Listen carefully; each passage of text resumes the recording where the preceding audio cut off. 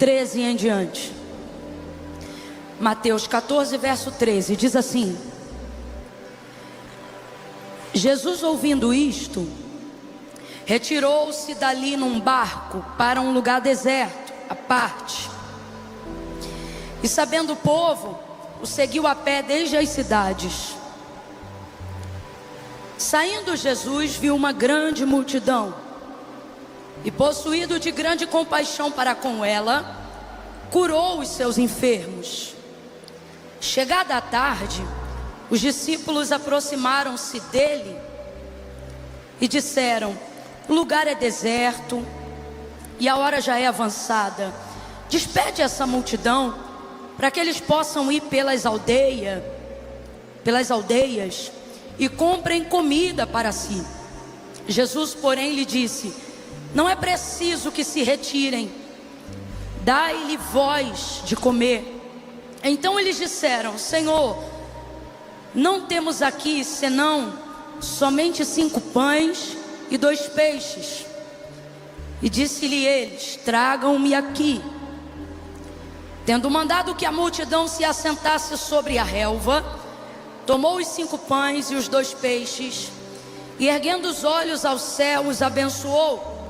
Depois, tendo partido os pães, deu-os aos discípulos, e os discípulos à multidão. E todos comeram. Diga comigo: todos comeram. Diga: todos comeram. E todos saciaram-se e levantaram dos pedaços que sobejaram 12 cestos cheios. E você diz amém? Diga amém pela multiplicação. Diga amém. Senta dando glória a Deus aí, crente. Oh, glória.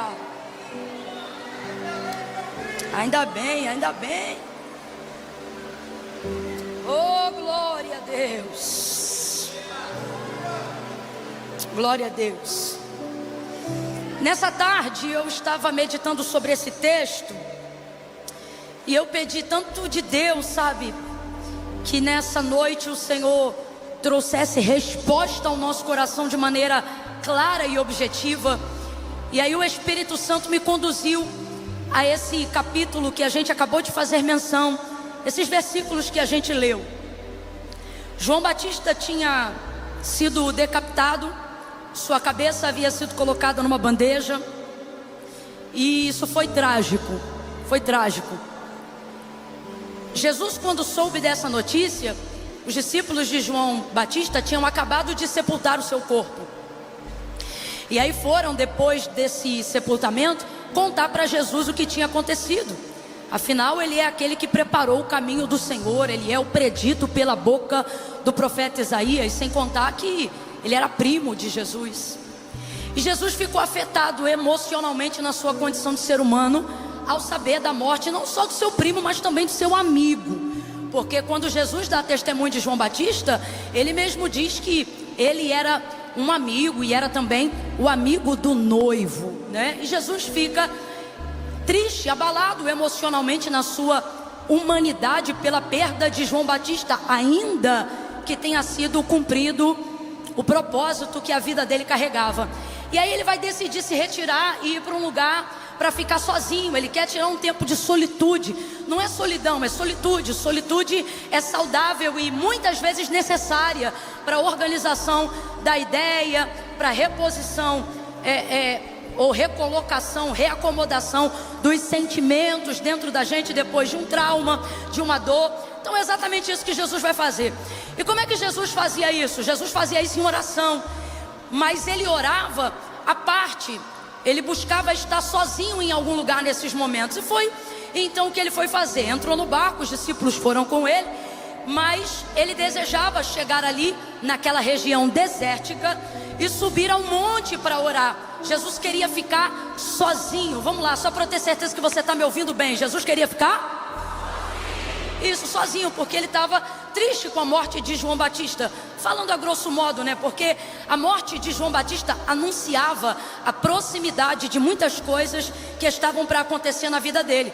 E na sua questão humana, seria impossível ele não sentir, apesar de ser Deus, porque ele estava aqui na terra justamente para ficar passivo desse tipo de sentimento. Então Jesus agora vai para uma região distante, ele quer ficar sozinho, ele quer orar, ele precisa desse tempo a sós com Deus, só que o povo está acompanhando a caminhada dele. Então o caminho que ele vai fazer a barco ou de barco, a multidão vai fazer a pé, e essa multidão vai caminhar aproximadamente de 12 a 13 quilômetros, acompanhando o barco de Jesus de longe na maré, e eles vão paralelos, né, à praia, indo até onde Jesus vai chegar. E aí ocorre que Jesus vai no barco e eles vão a pé. E quando Jesus chega e ele atraca ali a sua pequena embarcação lá no deserto, aquela multidão toda já tinha chegado, e aí ele não conseguiu se retirar para ficar sozinho para orar, porque o coração dele se moveu de muita compaixão quando viu aquele povo lá. Ele estava indo para lá porque precisava orar e queria ficar sozinho, mas aquele povo estava sedento de uma resposta, sedento de uma cura. E o texto vai dizer que havia muitos enfermos no meio deles. O coração de Jesus, mesmo querendo ficar sozinho, não ficou sozinho. Mesmo querendo se retirar para orar, esperou mais um tempo e não fez aquilo na hora que ele queria ter feito. A compaixão, ela faz isso com a gente. E aí, movido de compaixão, ele fica ali.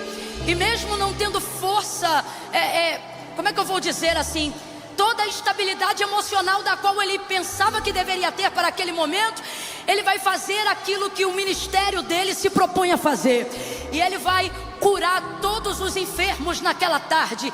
E é um expediente cumprido, porque as horas vão passando. Eu sei que quando ele termina de curar todo mundo, quando ele termina de abençoar todo mundo, quando ele termina de ministrar sobre todo mundo, agora sim, ele terminou aquela parte que era a necessidade do povo. E aí os discípulos, vendo o cansaço de Jesus, obviamente cansados também, vão ficar preocupados com aquelas pessoas que já estavam cansadas de terem caminhado mais de 13 quilômetros para poderem estar ali. As horas avançaram e não tem nada para comer. Então os discípulos vão tentar fugir de um problema que na cabeça deles se anuncia, que na cabeça deles se aproxima. Qual é o problema? Como é que a gente vai alimentar toda essa multidão? Imagina uma multidão semelhante a essa que está aqui nessa noite.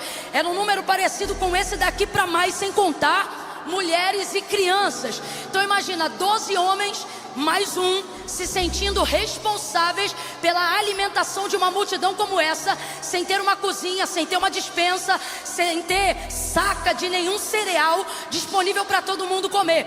Eles mesmos, vez ou outra, precisavam de um milagre. Inclusive Jesus tinha que tirar isso da cabeça deles de vez em quando, porque senão eles atrapalhavam o processo do ofício do ministério de Cristo. À medida que eles caminhavam tanto, vez ou outra eles ficavam pensando: a gente está longe de casa, o que é que a gente vai comer? Ou onde nós estamos aqui, não tem nada. Camila, como é que você sabe disso?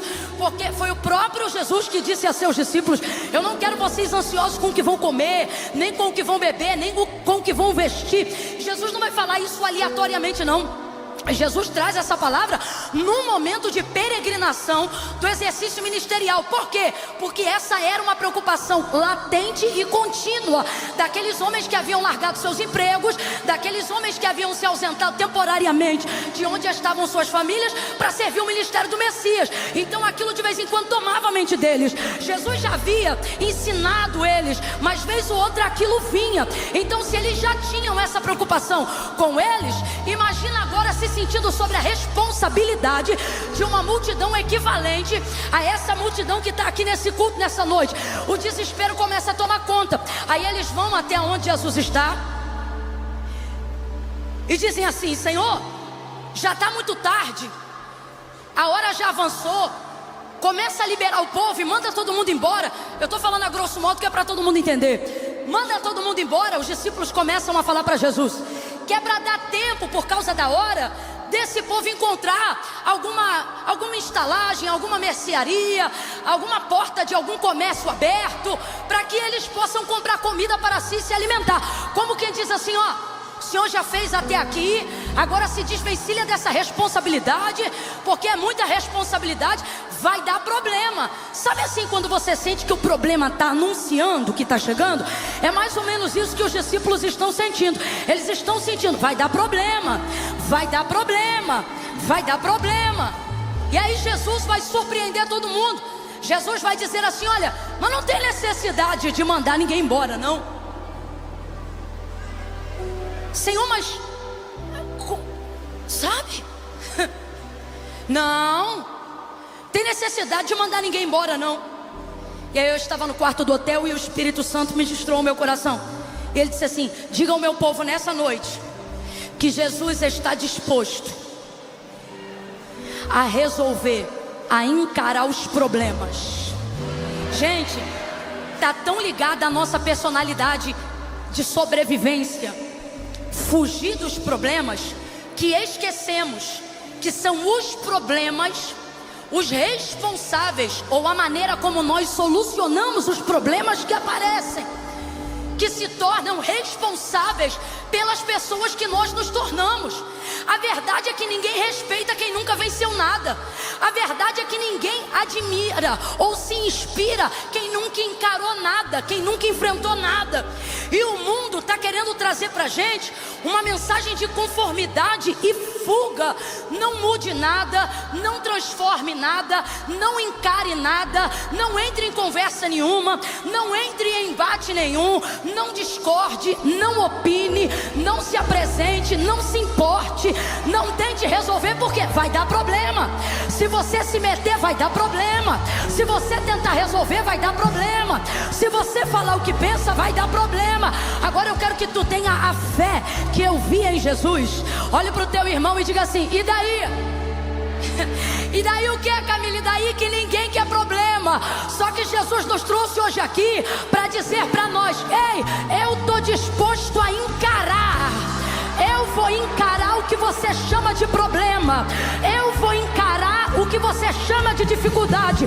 Me coloca na frente que você vai parar de fugir. Me coloca na frente que você vai parar de ser covarde. Me coloca na frente que você vai parar de milindre. Me coloca na frente que você vai parar de medo. Me coloca na frente que você vai parar de mediocridade. É muito simples o que eu estou pregando aqui, mas é difícil viver isso na prática. Veja, eles se sentem responsáveis por aquela multidão, mas ao mesmo tempo pensam, matematicamente falando, nós não temos condições de alimentar toda essa multidão. Então qual é a melhor forma de resolver uma coisa que está se tornando um problema? Impedir com que aquilo progrida para tornar-se um problema. Então manda embora. E com isso a gente está ficando fraco, gente.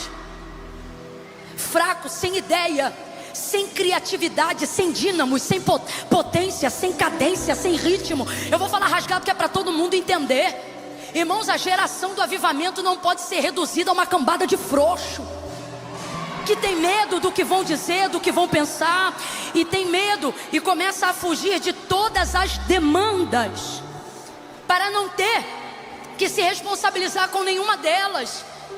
Eu não estou criticando declaradamente os discípulos, mas eu quero enaltecer a lição que Jesus quer passar para aqueles que o seguem, nós. E a lição que ele está dizendo é: se disponha a antes de canalizar a energia que eu te dei, os milagres que eu posso realizar, as ideias que eu posso te dar, as multiplicações que eu posso trazer, aquilo que eu posso fazer. Ei, antes de perder a energia que eu posso canalizar para você botar a tua mente para resolver esse problema, pare de canalizar a sua mente e a energia, a unção, o dom, o talento que eu te dei para fugir. Você pensa assim: olha, Camila, mas a gente não tem dinheiro. Mas nem tudo é dinheiro. Ah, Camila, mas a gente não tem tempo. Não, irmão, a gente não tem disposição. O que o Senhor está dizendo é: eu estou disposto a encarar tudo que você estiver disposto a resolver. Ah, não, você não entendeu não, eu vou repetir. Ele não está falando se você tem recurso ou não tem recurso. O que ele me trouxe aqui para perguntar hoje a você é: tem disposição? Porque se tu tiver disposição, eu tenho a solução. Ao invés de fugir, mata essa bola chamada vida no peito. Jesus trouxe alguém hoje aqui, e o que Ele está dizendo é: quem manda embora é porque quer ir também, mas para quem quiser ficar, eu crio solução. Jesus está dizendo para a gente: eu estou sentindo uma graça de Deus aqui. É a primeira vez que eu te peço isso essa noite. Levanta a mão direita, o mais alto que você puder. Vamos embora. Coloca a esquerda na mesma altura, vai. Quando eu disser 3, bota a mão no ombro do vizinho, mas não bota de qualquer jeito não. Quando eu disser 3, tu vai botar a mão no ombro dele, vai sacudir ele e vai dizer: aonde tem disposição, nunca falta solução. Aonde tem disposição, nunca falta solução. 2, prepara. 3, fala pra ele: aonde tem disposição, Jesus entra com solução. Se tiver disposição, Ele entra com solução. Mas se quiser fugir, não vai ver milagre, não vai ver multiplicação, não vai se tornar especialista, solucionador. Se eu fosse você, eu batia na mão de uns 3 e dizia para eles: fica que Jesus resolve. Fica que Jesus resolve. Encara que Ele abre a saída. Encara que Ele dá um jeito. Disposição.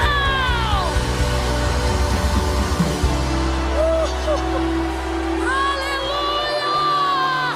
Aleluia!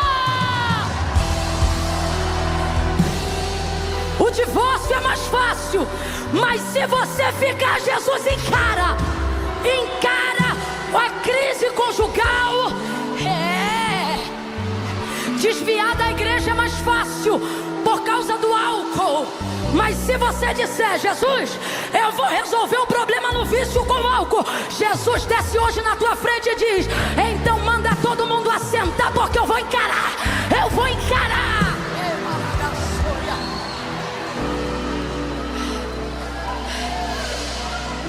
Não existe nada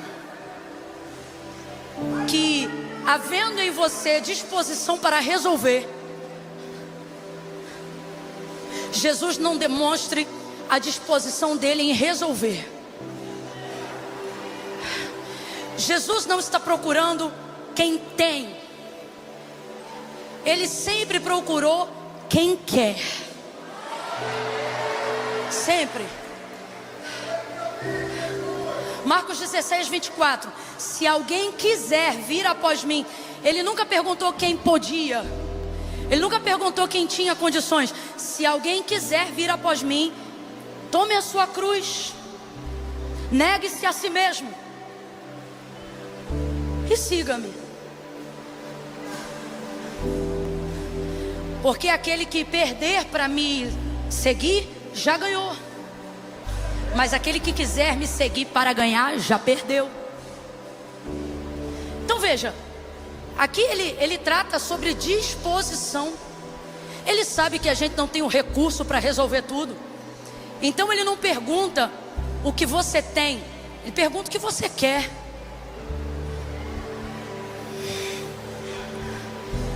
Você vai ver enfermos. Lembra do Bartimeu, o homem que não podia ver? Ele está clamando: filho de Davi, tem compaixão de mim. Filho de Davi, tem misericórdia de mim. A multidão dizia: fica quieto, cego, fica quieto. E o texto diz que mais alto ele gritava: Senhor, filho de Davi, tem compaixão de mim. E então Jesus vai parar no meio da multidão. Ele vai conseguir gritar mais alto que toda a multidão. E ele vai dizer: Senhor. Aí o Senhor para. Está tão nítido, todo mundo sabe o que ele quer. A multidão sabia o que ele queria. O próprio cego achou que era óbvio que Jesus sabia o que ele queria, já visto que ele era cego. Mas quando Jesus olha para ele, ele pergunta para Bartimeu: o que queres que eu te faça? Porque não é sobre necessidade, é sobre o que você está disposto. Não é sobre ser óbvio ou não ser óbvio. Jesus está dizendo: é Jesus, tá? Porque Ele sabe que a gente não tem condições na gente mesmo. Então ele está dizendo: se você ficar, eu estou disposto a encarar. Eu vou encarar esse gigante que é maior do que você, essa dívida que é maior do que você. Encarar é meu linguajar, grosso modo. A verdade é que nada encara ele. Nada encara ele. Ele é incompetitível. Então Jesus está falando com a gente aqui: ó, eu não quero que você tenha o plano completo. Eu só quero que você demonstre a disposição. Qual é a sua disposição? Você quer ficar casada? Você quer ficar casado? Então demonstra a disposição que Deus vai entrar nessa crise conjugal. É o que? Esse CNPJ foi Deus que te deu? Você quer abrir falência? Ou acredita que Deus te deu e quer lutar para essa empresa? Ah, Camila, mas eu não tenho a solução. Jesus te trouxe hoje aqui para dizer para você: ei, a solução sou eu, a disposição é sua. O que você quer? Porque o problema não é ele não fazer, ele vai fazer. O problema é que você já chega diante dele dizendo o que você quer fazer. E normalmente o que a gente quer? Fugir. Fugir de problema é o que a gente quer. Só que os profetas se tornavam profetas e eram reconhecidos como profetas, não porque fugiam de problemas, mas porque eram as pessoas certas para serem procuradas quando um problema aparecia. E era isso que tornava eles reconhecidos. O testemunho de Samuel diz assim, ó: Samuel, reconhecido por profeta do Senhor, desde Dan até Berseba. Se fosse no Brasil, é como se o autor estivesse dizendo assim, ó: reconhecido como profeta do Iapoque ao Chuí. Por quê? E aí o texto vai dizer: nenhuma de todas as palavras que saíram da sua boca. Aí o que o testemunho está dizendo, que não é só as palavras que Deus falava em sua boca, não. É as palavras que ele também dizia. Deus garantia. Aí o texto diz: nenhuma de todas as palavras que saíram da sua boca, o Senhor deixou cair em terra. Elias, a mesma coisa. Você lembra quando Elias disse assim: olha, sob a minha palavra eu digo que não vai cair chuva, nem orvalho do céu. Isso não foi Deus que mandou ele dizer, não. Se você olhar o texto direitinho, você vai ver que isso aí foi ele que disse. O que é que Deus fez? A mesma coisa que o texto aponta que Deus fazia com Samuel. Sustentou a palavra dele, porque ele tinha crédito, tinha vida com Deus. Então Deus sustentava o que mandava dizer e também sustentava aquilo que eles falavam, para que o testemunho dele como Deus continuasse sendo sustentado na vida desses profetas. Agora, como que esses homens desenvolveram tamanha fé, tamanho poder para a solução? Gente, aquela menina da casa de Naamã era um capitão de um grande exército. Uma menina que sabia quem era o profeta Eliseu. Ela vai dizer para esse homem: olha, tem um Senhor na minha terra que se o Senhor conseguisse falar com ele, o Senhor não ia ter mais essa lepra. Naamã, o sírio, vai lá onde estava o profeta. O endereço das casas dos profetas eram públicas, porque os problemas eram levados até lá. A gente quer ter testemunho, quer ter vida com Deus, mas Deus nos confronta nessa noite aqui dizendo: como eu vou ser glorificado? Como eu vou trazer reconhecimento? Como a minha glória vai se manifestar? Se de tudo que eu te dei, você só usa a sua inteligência, a sua matemática, seu recurso e sua criatividade para fugir de toda parcela, de todo cartão, de todo problema de família, de todo problema espiritual. Você odeia gente com problema, você foge de gente com problema, você não dá 5 minutos para aquela irmã que é esquisita, para aquele irmão que é esquentado. Por quê? Porque você quer vida perfeita, mas a verdade é que a tua vida perfeita vai acabar já já. Por quê? Porque a vida de quem tem uma vida que vale a pena tem que ser a vida de quem aprendeu, irmão, o ritmo da vida. E qual é o ritmo da vida? O ritmo da vida é que perfeição humana é utopia. A verdade da vida é que tem dia que a gente está lá em cima, tem dia que a gente está lá embaixo, tem dia que a gente tem dia que a gente não tem. A verdade é que tem dia que tu tem saúde, tem dia que tu está enfermo. Esse mundo está em rotação, e o mundo espiritual também. E você quer manter numa linha reta. A frequência cardíaca, quando entra em linha reta, é só para dar hora do obituário. obituário. Você está me entendendo? Agora, quando tem vida, é eletrocardiograma, é o gráfico subindo e descendo. E a gente vai aprendendo a entrar no ritmo e no compasso. Camille, como é que eu faço isso? Não é fugindo, é encarando. Você vai atender essas chamadas de telefone essa semana. Pare de fugir dos seus credores. Pare de fugir. Pare de fugir. Pare de fugir de tudo aquilo que tem te perseguido, que tem te humilhado. Cachorro só late enquanto a gente corre. Vire as costas para cima dele. Pegue um pau na mão e veja se ele não começa a dar marcha ré. Deus está dizendo: pare de fugir.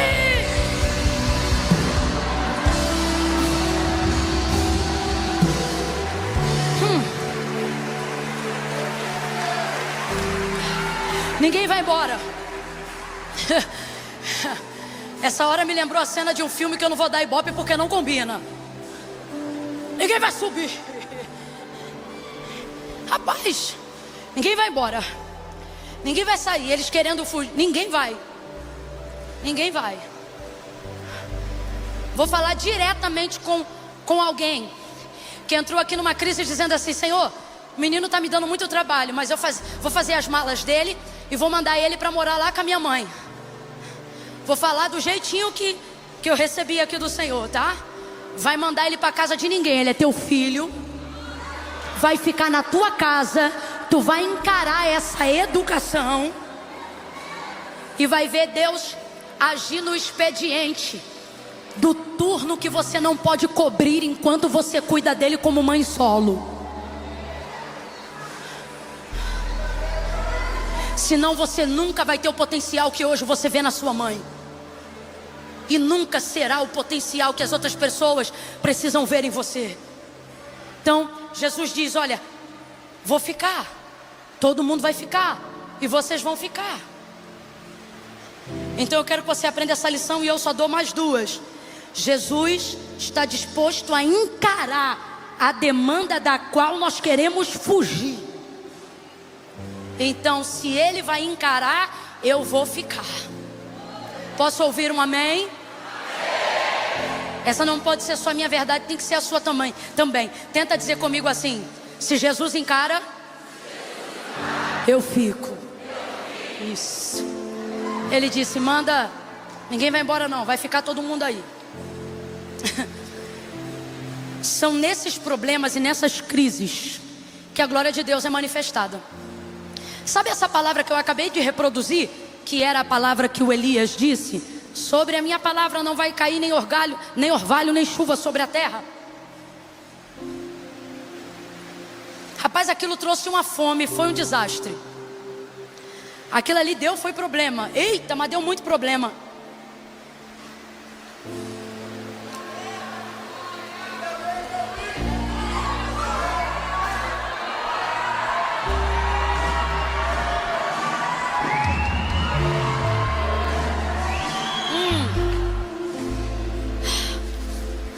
Aquilo foi problema.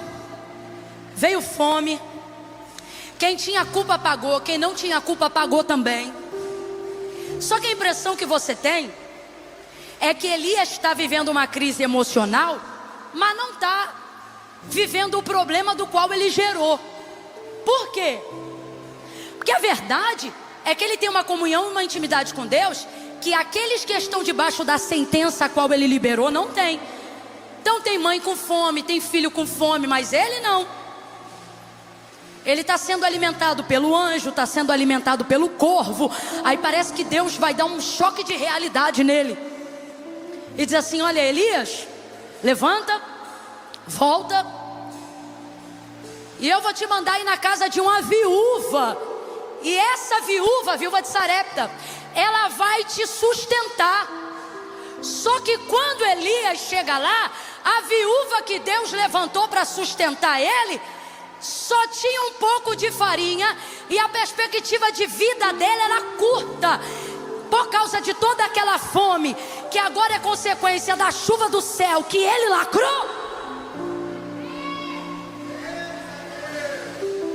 viúva só tem um pouquinho de farinha, uma boca a mais que a do menino. E o Elias vai lá porque Deus mandou. Vai lá porque a viúva vai te sustentar. Agora sai do sobrenatural e vem para o físico. Vamos supor que a gente não é crente igual Elias. Imagina Deus dizer que a tua solução está na casa de alguém que tem mais problema do que você. É isso que Deus está fazendo, eu vou repetir. Imagina Deus dizer para você que a solução que você procura está na casa de alguém que está com mais problema do que tu. Foi o que Deus fez com Elias. Eu tenho para mim, isso aí sou eu que estou falando, que é uma maneira de Deus dizer assim: olha aí o que tu arrumou. Com as tuas palavras, olha aí o que tu arrumou. Tá a mãe, tá o filho. E aí você conhece a história. Ele manda preparar o bolo, manda fazer para ele primeiro, e aí depois ele profetiza e abençoa a vida daquela mulher. Mas aonde estava a solução? No meio do problema. E aonde estava o milagre que traria de volta estabilidade para a casa daquela mulher que tinha uma perspectiva curtíssima de vida, no meio de uma demanda que ela também poderia ter fugido. Imagina, tu só tem um pedaço de pão, é para você e para o teu filho, só dá para fazer um pão ali para vocês, um bolo ali de farinha para vocês. E aí chega um homem de fora e fala: faz esse único pedaço aí, esse único ingrediente que você tem aí para fazer um bolo, faz ele para mim. Ô irmão, você fugia ou não fugia? Vamos falar a verdade? Só que o que Deus está dizendo pra gente é: quando eu fico, você não foge. Se eu ficar, você não precisa fugir. Eu não sei qual é a área da tua vida, se é emocional, se é espiritual, batalha espiritual. Se você está querendo se mudar de casa, a casa que Deus deu, porque está vendo vulto de um lado para o outro, é gente fazendo isso, é gente fazendo aquilo, é você sentindo aquilo outro, e você dizendo: ai meu Deus, eu vou embora. Só que hoje Deus está dizendo para alguém: fui eu que te consegui essa casa. Você fica, quem sai é o demônio. Você fica, quem sai é o espírito de perseguição. Eu não sei qual é a área da sua vida, mas Jesus está dizendo: quando eu ficar, é o sinal que você não tem que ir para lugar nenhum. Aí ele diz: fica todo mundo aí. Aí um dos discípulos vai chegar para ele e vai dizer assim: Senhor, que ele vai dizer assim: o que vocês têm aí? Aí o menino tinha deixado lá 5 pães e 2 peixinhos, né? Aí os discípulos vêm e dizem assim: Senhor, tudo que nós temos aqui são apenas 5 pães e 2 peixes. E o que é isso para toda essa gente? Aí Deus mandou eu dizer isso aqui para vocês: o recurso que temos só se torna ilimitado. Eu disse o que, gente? Por favor, vem de novo. Eu disse o que?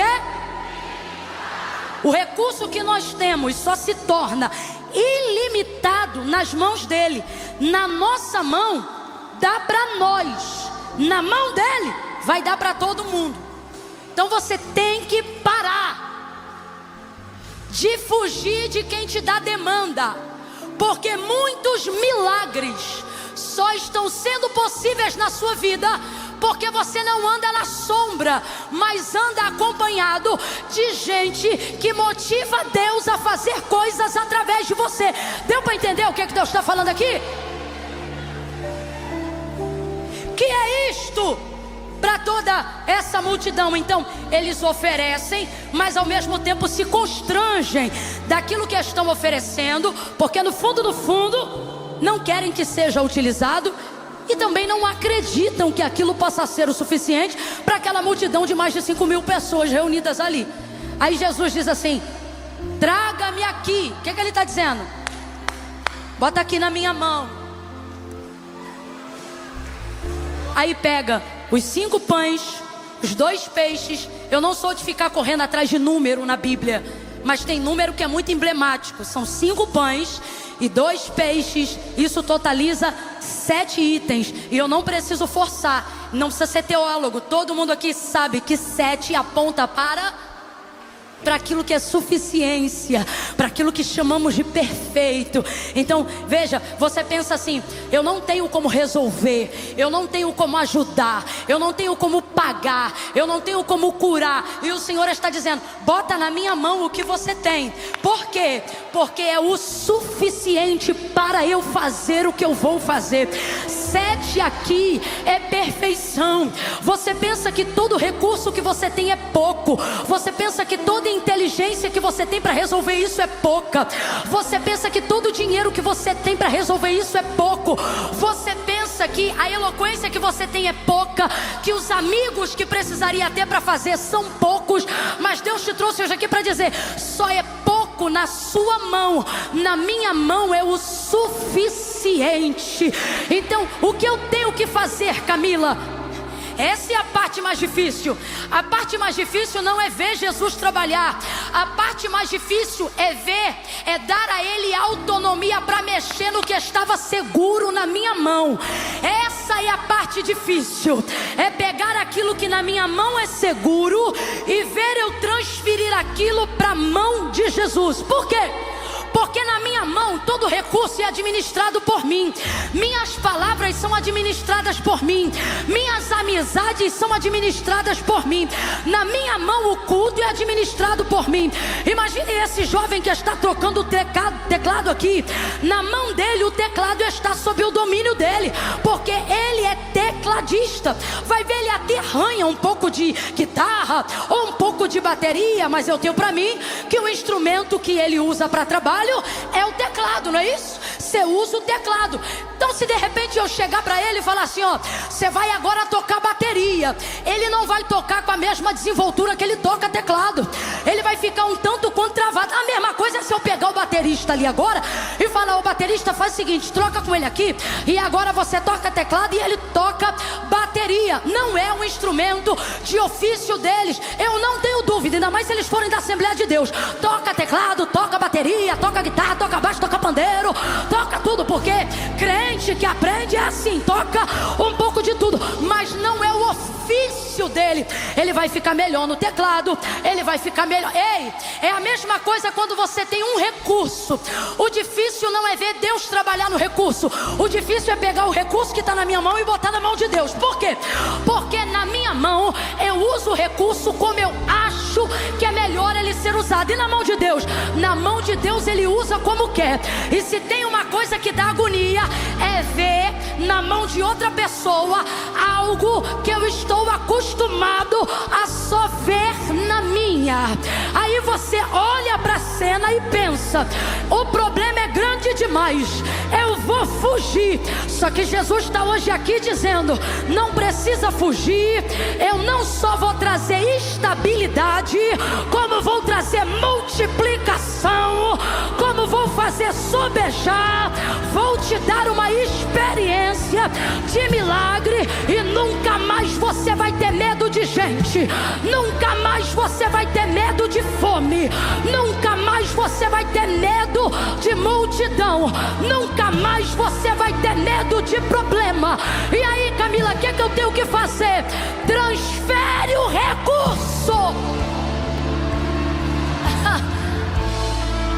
Essa é a hora que a gente trava, porque a gente quer ver Deus fazer, mas quer que Ele faça através das nossas mãos. Fala comigo, Jesus. Passa por aqui.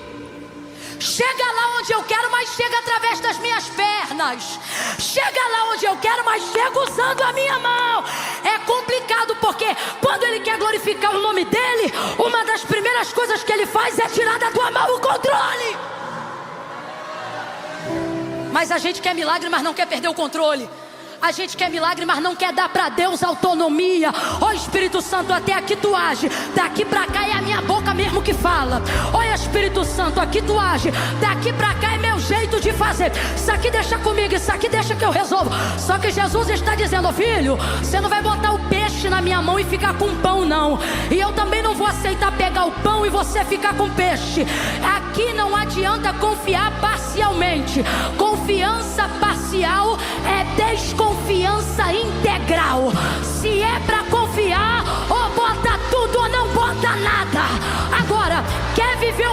vida mediana, medíocre a vida toda, quer acordar todos os dias sabendo como é que vai fugir, para que casa vai ter que se mudar, quantas parcelas vai ter que ser dessa vez, qual é o banco que você ainda não perdeu o nome para pedir um novo empréstimo. Então segue teu caminho. Agora, quer perder o medo? Perde a autonomia, entrega tudo na mão dele. Faça como a viúva, faça como a viúva. Ela não fez como os ricos davam do que sobravam. Ela deu tudo que tinha a um altar espiritual aqui, e o Espírito Santo está dizendo: 2025 é ano de solução. Ou coloca tudo e espera o retorno, ou não coloca nada e vai-te embora com os teus pães. Agora, quer vitória? Coloca tudo, confia, confia, confia, confia totalmente, confia integralmente. Uns confiam em carros, outros em cavalos, uns confiam na bolsa, outros em investimento, uns confiam no dólar, outros em Bitcoin, mas nós confiamos no Senhor dos Exércitos. Uns levantam e caem, mas nós nos levantamos e temos estabilidade. Estamos de pé porque confiamos no Senhor. Se eu fosse você, eu levantava a mão e entregava tudo. Eu entregava tudo. Minha casa, meus negócios, minha família. Tira de mim o controle. É tudo teu, é tudo teu, é tudo teu. Tu administra melhor do que eu, tu comanda melhor do que eu, tu encara e ninguém te encara, porque tu estás acima de tudo que me afronta, de tudo que me humilha. Toma, Senhor, é teu. Meu Isaac é teu, meus pães são teus, meu peixe é teu, minha família é tua. O ministério não é meu, o ministério é teu, é teu, é teu, é teu.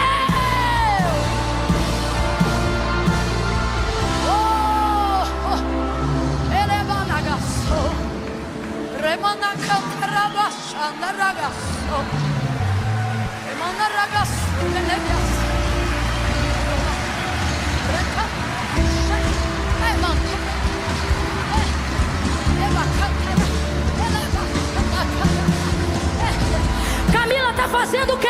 Eu não sei você, mas eu tô entregando, e eu entrego tudo. Eu entrego o corpo, a vida, a alma, o fôlego, o espírito. Entrega tudo.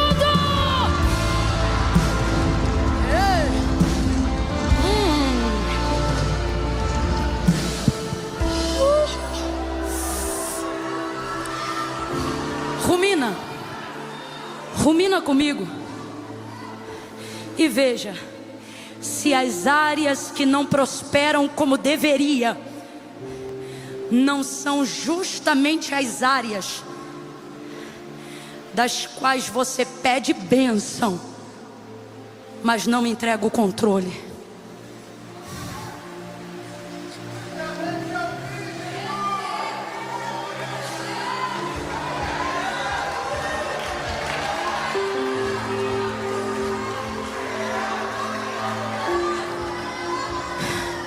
Senta que falta só mais um para não cansar.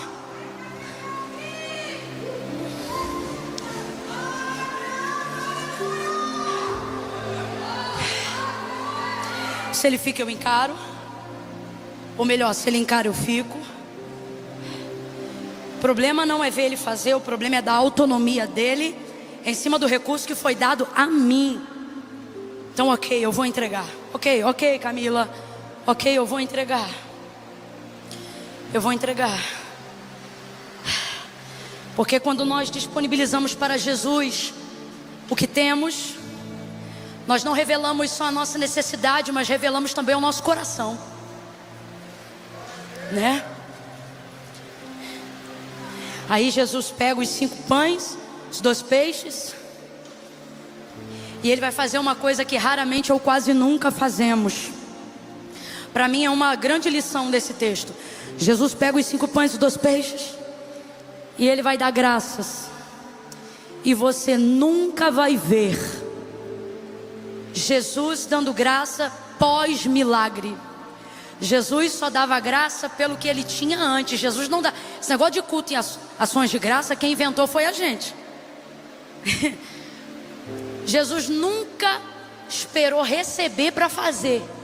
Ele fazia com o que Ele tinha. Ele pega os 5 pães e 2 peixes e Ele vai dar graça. Vai dar graça.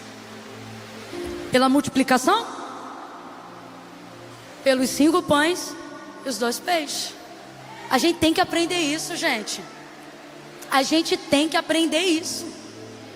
A dar graça pelo que a gente, a consagrar a Deus o que a gente, quando eu tiver, quando eu puder. Vou falar rasgado, é por isso que tu nunca tem.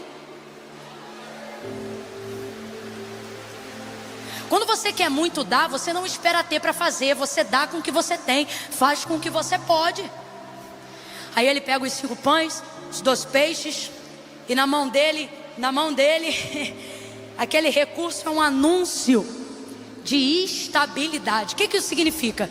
Que antes da multiplicação, que é o que de fato eles precisavam, ter na mão de Jesus os 5 pães e os 2 peixes, é ter o anúncio no mundo espiritual e físico, de que agora, tudo que outrora estava em desordem, agora está sob controle e domínio de alguém que vai administrar aquilo. Então Deus está mandando eu dizer isso aqui para alguém. Você ainda não viu o que eu vou fazer, mas já era para ter parado de se desesperar. Por quê? Porque antes de se alegrar com a multiplicação, primeiro eu vou te dar a paz que excede todo entendimento, que é a certeza de que eu já estou no controle. Ei, já estou no controle. Ei, já está na minha mão. Te acalma. Ei, para de ficar desesperado. Está aqui na minha mão. Camila, mas eu ainda não vi multiplicação. Mas já vai começar a desfrutar de paz. Eu não planejei dizer isso, mas Deus está me autorizando a dizer isso agora. Você está com pressa de ver a multiplicação, mas desfrute da paz que você já não desfrutava há anos. Desfrute da tranquilidade que você já não desfrutava há anos. Deus vai visitar teu sono esta noite mesmo, para você saber que Ele está aqui na palavra dele. Tu vai voltar a dormir esse mês, sono que há anos você não dormia. O Deus de Israel, o Deus de Jacó, o Deus de Isaac, o Deus de Abraão vai visitar teu sono, e tu vai dormir o sono de quem sabe que tudo está no controle dele. Ele pegou, tá com ele. E se tá na mão dele, o agiota não pega. Se tá na mão dele, o banco não pega. Se tá na mão dele, o devorador não entra. Se está na mão dele, o gafanhoto não consome. Na mão dele o diabo não toca. Na mão dele o feitiço não faz efeito. Na mão dele a bruxaria não tem força. Tá na mão dele, tá na mão dele, tá na mão dele. Desfrute de paz. Desfrute de paz. Antes de desfrutar da alegria da multiplicação, desfrute de paz. Você já está perturbado há tanto tempo que nem lembrava mais como é que é. Ei, Maragacia. Aleluia! Aleluia! Oh, glória! Aleluia! Desfrute de paz. Deu graças. E eu encerro aqui. Ele vai partir o pão em pedaços. Gente, isso aqui é tão difícil. Eu estou com uma situação tentando resolver até hoje só por causa disso aqui. Porque eu já fiz o 1. Se Jesus vai encarar, eu vou ficar. Já fiz o 2. Dei para ele o controle, já desfruto de paz. Mas o 3 eu ainda estou negociando. Você sabe o que é negociar? É um algo. É do verbo negociar. Eu negocio, tu negocia, ele negocia. Sabe assim? É difícil. É a parte mais difícil. Ele já tá com o que era teu. E você pensa assim: ah, eu tô de boa, Camila, já entreguei para Deus. Entregou? Tu vai ver que entregou o pão, o peixe, mas ainda não entregou a confiança do coração. Quando que eu vou ver? Quando ele começar a pegar o pão que na tua mão era inteiro e tornar pedaço na mão dele. Ali tu vai começar a ter sentimento de perda mesmo. Ali você vai ver que não dá para colar de novo, tá ligado?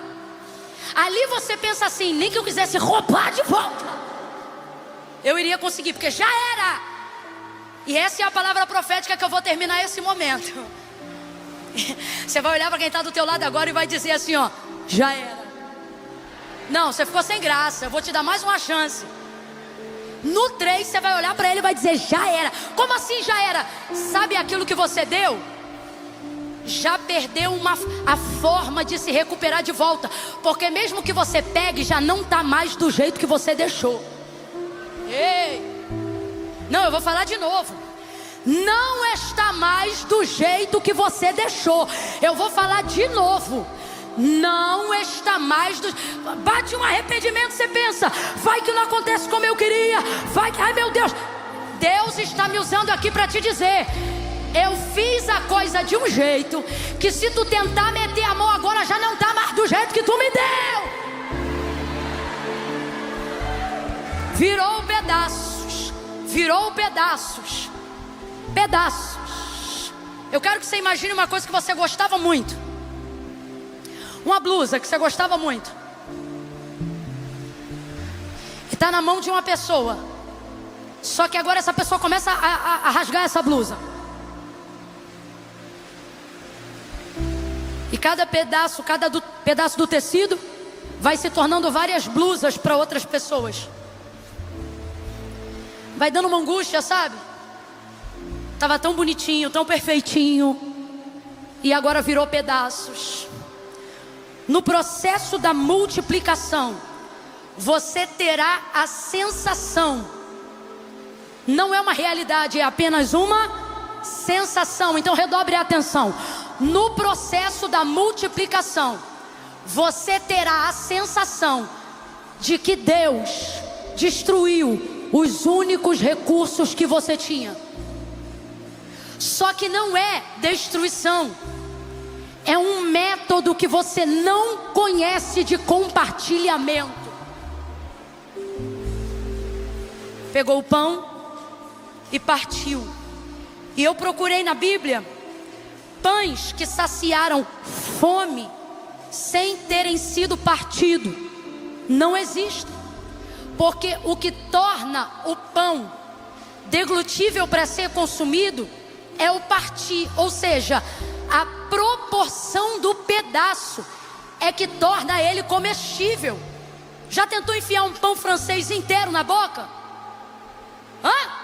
Já tentou, mas não conseguiu. Tem que partir para caber. Senão você tem a matéria, mas não consome os nutrientes dela. Alguém está entendendo o que Deus está falando aqui? Então é difícil ver o que era bonito, mas não tinha utilidade. Ver o que parecia um patrimônio sólido, mas não tinha utilidade. Aí de repente pegamos e entregamos tudo para Deus, e a impressão que a gente tem é que Deus está pulverizando, mas não é. Deus está dizendo: entenda, na minha mão, o que antes era um monumento vai ganhar movimento. Vocês estão acostumados com monumento, vocês gostam de monumento, mas eu gosto de movimento. Avivamento não é monumento. avivamento é movimento. E eu me lembro que no dia que o Espírito Santo desceu, foram vistas por eles línguas como que repartidas, as quais pousavam sobre a cabeça de cada um deles, e eles falavam como se fosse concedido que lhe falassem. Veja, tudo que vai ser nutriente, tudo que vai ser consumido, tudo que terá utilidade, tudo que será fortalecido antes da bênção da multiplicação, você verá primeiro a repartição, a fragmentação. Deus me trouxe hoje aqui para clarear as ideias de alguém que está pensando que perdeu tudo que construiu, ou que está para perder tudo que investiu desde o dia que se tornou crente e viu tudo ir para a mão de Deus. Deus está dizendo: não, eu não estou fragmentando, eu estou multiplicando. É que no processo de multiplicação, o partilhar faz parte. Para você que amontoou, é difícil ver Deus soprar. Era grande, mas não servia a ninguém. Era muito, mas ninguém se alimentava. Agora está partido e mais de 5.000 vão comer. Aí você pensa: mas está tão pequenininho. Está pequenininho, mas está alimentando todo mundo. Deus nos trouxe hoje aqui para dizer: se no teu coração você tiver disposição para partilhar, eu vou multiplicar. Se você aguentar me ver rasgar, me ver repartir e me ver fragmentar, entenda, você não vai terminar com um pedacinho de pão, não. Você vai terminar com cestos transbordando até o talo. Mas você só vai ter essa visão se aguentar me ver rasgar, partir e fragmentar o que você colocou na minha mão.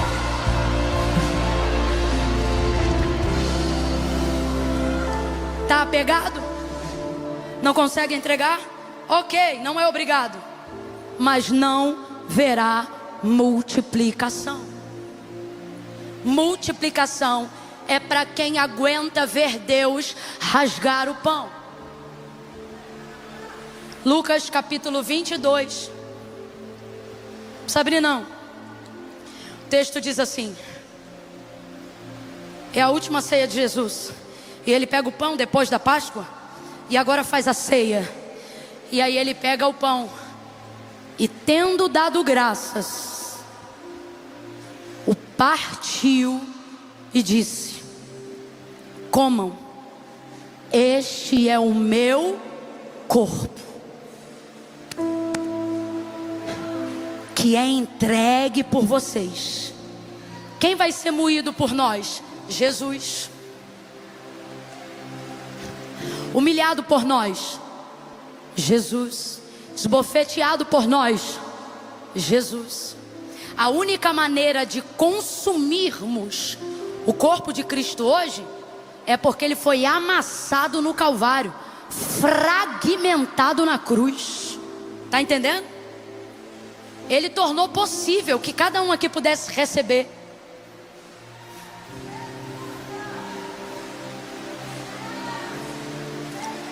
Olha aqui para mim. Se é só para você, você não precisa de milagre, cara. Você precisa de plantão. Continua virando um plantão um atrás do outro. Enche tua conta, enche teus recursos, troca de carro todo ano e esquece da tua família, dos teus amigos, dos teus parentes. Você não precisa de milagre. Você pode viver para o seu umbigo. Quem vive para o próprio umbigo não precisa de milagre. Quem vive para o próprio umbigo não precisa de multiplicação. Você já tem tudo que você precisa: saúde e trabalho, igual à disposição, dinheiro até não querer mais, vai com tudo. Agora eu vim falar de milagre. Eu vim falar sobre perder o controle. Eu vim falar sobre, não é nem perder no sentido de não saber que tem, é saber para quem deu. Eu vim falar sobre corações cujo combustível é a compaixão. Senhor, queria ajudar a fulana, queria ajudar o ciclano, mas o Senhor sabe, eu não entro na causa dele porque não posso, não resolvo o problema dela porque não posso. Aí Jesus vem nesse culto, ouça hoje aqui, para dizer: se é compaixão que tu tem, fica que eu vou encarar por você, eu vou multiplicar. mas você tem que estar disposto a me deixar fragmentar. Por que que ele parte? Porque ele também se deu. Ele disse: olha, vossos pais receberam o maná, o pão que desceu do céu lá no deserto, e consumiu e não adiantou nada, mas eu sou o pão vivo que desceu do céu. Então quando ele parte o pão, ele tem autoridade para fazer isso, porque ele se entregou por nós. Então ele não está fazendo nada, ele não está te pedindo para fazer nada que ele não fez primeiro. Você está empoderado por Deus para fazer isso. Aqui ó, eu quero falar para quem tem compaixão, para quem está com o coração queimando, para abrir ONG, projeto social, para poder ter uma área na empresa para abençoar alguém. Eu estou falando com essas pessoas, para quem tem o coração na família, no DNA, para quem quer mudar a história da família, da hereditariedade, para quem quer um antes e depois de Cristo na sua vida. É com você que eu estou falando. Para você Jesus está dizendo: ei, entrega tudo que eu vou repartir, mas quando acabar, tu não termina pobre e nem termina igual você estava antes de me chamar, não. Tu vai terminar com os cestos lotados, porque vai ter sensação de perda, mas ela é temporária. Por que é temporária? Porque o fim da história não termina com perda, termina com multiplicação. Vai multiplicar. Seja profeta, bote a mão na mão de alguém agora. Pega a mão de alguém, pega a mão de alguém aí agora, pega a mão de alguém. Diga para essa pessoa assim, ó: receba. Tá fraco, diga: receba. Bora, bora, diga: receba. Receba força, paz, equilíbrio para ver Jesus fragmentar recursos. Sobre essa palavra, solte a mão dele. Só fique de pé agora quem tem coragem de dizer: Camila, hoje eu quero pedir de Deus essa coragem, porque eu quero passar para o controle dele o que é meu. Camila, eu ainda não estou com essa coragem. Fique sentado que eu vou orar por você. Mas só fique de pé agora quem ouviu a palavra e disse: fez todo sentido para mim. Eu estou com áreas travadas na minha vida, aonde tudo que eu quero é ver Deus fazer, mas está sendo muito difícil entregar para Ele a autonomia.